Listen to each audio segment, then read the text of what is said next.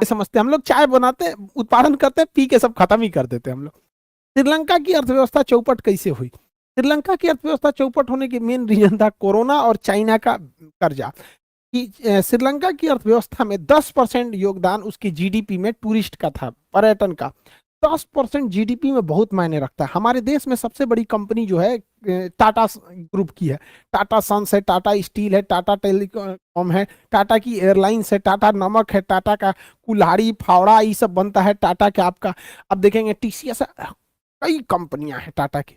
टाटा इतना बड़ा कंपनी होने के बावजूद भारत में केवल 5% जीडीपी में योगदान करता है, जबकि श्रीलंका में टूरिज्म जो था वो 10% करता था। लेकिन कोरोना के बीच में टूरिज्म चौपट हो गया।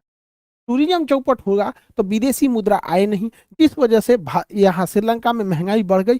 खाद्यान्न में 14% की महंगाई देखी गई। खैर खाद्यान्न में भारत में भी 14% की महंगाई देखी गई यहाँ पर, लेकिन पेट्रोलियम में यहाँ 85% की महंगाई देख गई, जो पेट्रोलियम क्राइसिस आ गया भयानक। यहाँ पर फॉरेन मुद्रा इतना कम पड़ गया कि भारत वहां की श्रीलंका की सरकार को लूज डॉलर रिसीव करने पड़े। मतलब जिसके पास एक को $2 है ना, वो भी बैंक में जाके दे सकता है ताकि देश के पास कुछ फॉरेन रिजर्व आ सके। ये लोग ये जो महिंद्रा राजपक्षे है ना, अपने आप में बहुत उड़ते थे, अत्यधिक ज्यादा घमंडी इंसान। हम क्या बोले, विदेश नीति का मामला है, वरना ये अपने देश में चुनाव केवल भारत को गरिया के जीते थे।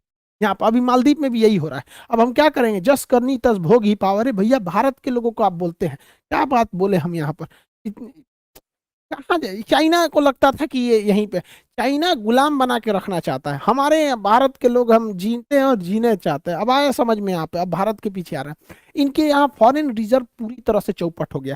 फॉरेन रिजर्व को शॉर्टकट में, फॉरेन को शॉर्टकट में फॉर कहते हैं, और एक्सचेंज को हम लोग एक्स कहते हैं, यानी शॉर्टकट में फॉरेक्स कहते हैं। इनके पास महज $1.5 बिलियन है। $1.5 बिलियन बस इनके पास फॉरेन रिजर्व बचा हुआ है। इसको संभालने के लिए इसने अपने सेंट्रल बैंक यानी जो वहां का आरबीआई का काम करता है उसके डायरेक्टर को ही बदला। लेकिन इतनी अर्थव्यवस्था चौपट हो चुकी थी कि ये लोग उसको संभाल ही नहीं सके। यहाँ के आरबीआई या जो मेन बैंक है उसे सेंट्रल बैंक ऑफ श्रीलंका कहा जाता है। जैसे हमारे यहाँ सबसे बड़ा जो बैंक है वो आरबीआई है, reserve bank of India. Pakistan में उसे स्टेट बैंक ऑफ पाकिस्तान कहा जाता है। वो भी अब संभाल नहीं पाया।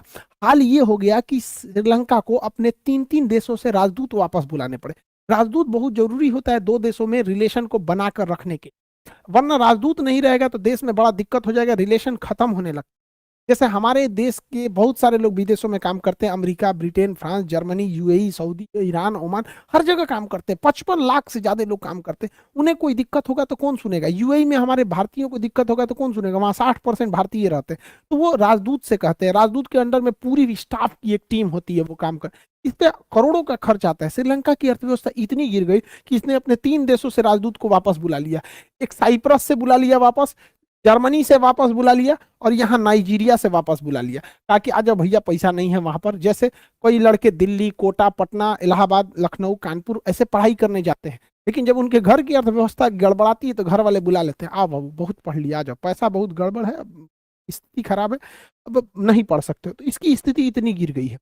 दूसरी, यहाँ पे तमिल लोगों के अधिकारों को भी दबाया जाता है। भारत तमिलों के लिए भी वहां पर इन्वेस्ट करता है, तो ये तमिलों के अधिकार को भी दबाते हैं। तो भारत के दबाव में यहाँ संविधान में 13वां संशोधन किया गया कि तमिलों के लिए एक विशेष प्रावधान किया जाएगा, लेकिन अभी भी इस संशोधन को इसने माना नहीं है।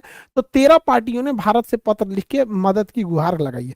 भाई भारत क्या इंटरवेन करेगा, अभी इस मैटर पे खुदे अपने डूब रहे हैं। यहाँ पे श्रीलंका इतना भयानक कैसे डूब गया, इसके पीछे ये कितना भयानक डूबा है अंदाजा लगाइए। श्रीलंका का जो टोटल कर्जा है उसकी जीडीपी का 80% है, यानी एक साल तक आप जितना बनाएंगे ना उसका 80% तो केवल लोन लिए हैं, कर्जा, ब्याज जोड़ देंगे तो 100%। यानी ये कितना, अगर ये पूरा साल भर कमा के भी कर्जा देगा तो भी नहीं चुका पाएगा। तो ये तो परसेंटेज में हुआ, लेकिन एक रियल वैल्यू होना चाहिए ना कि कितना लिया है। समझिए, टोटल इसने कर्जा ले रखा है $26 बिलियन। $26 बिलियन।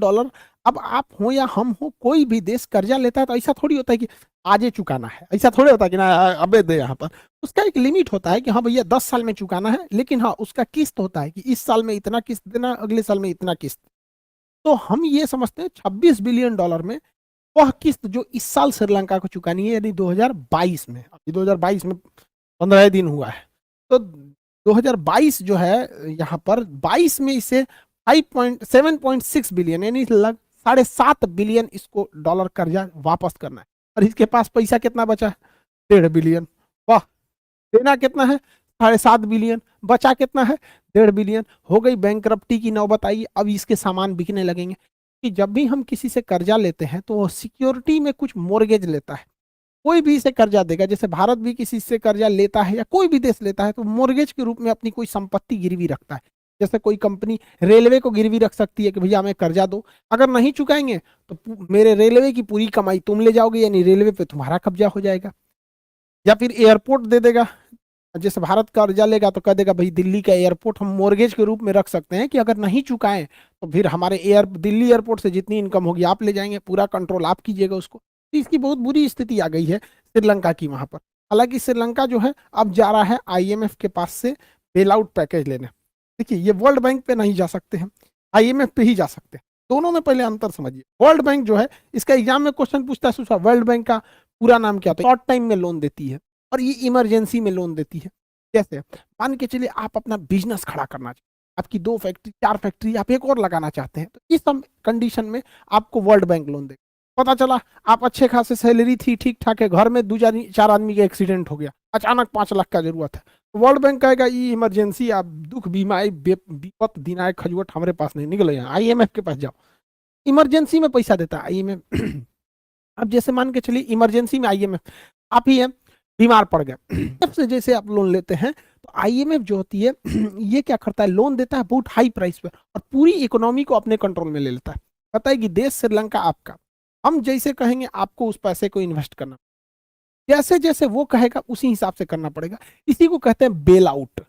बेल आउट में क्या होता है, बेल आउट पैकेज में आपको लोन तो दिया जाता है लेकिन आप अपनी सोवरेनिटी, अपनी संप्रभुता खो देते हैं, फिर आपको उसके इशारों पे चलना पड़ता है। ऐसी नौबत भारत पे भी आई थी 1991 में। हम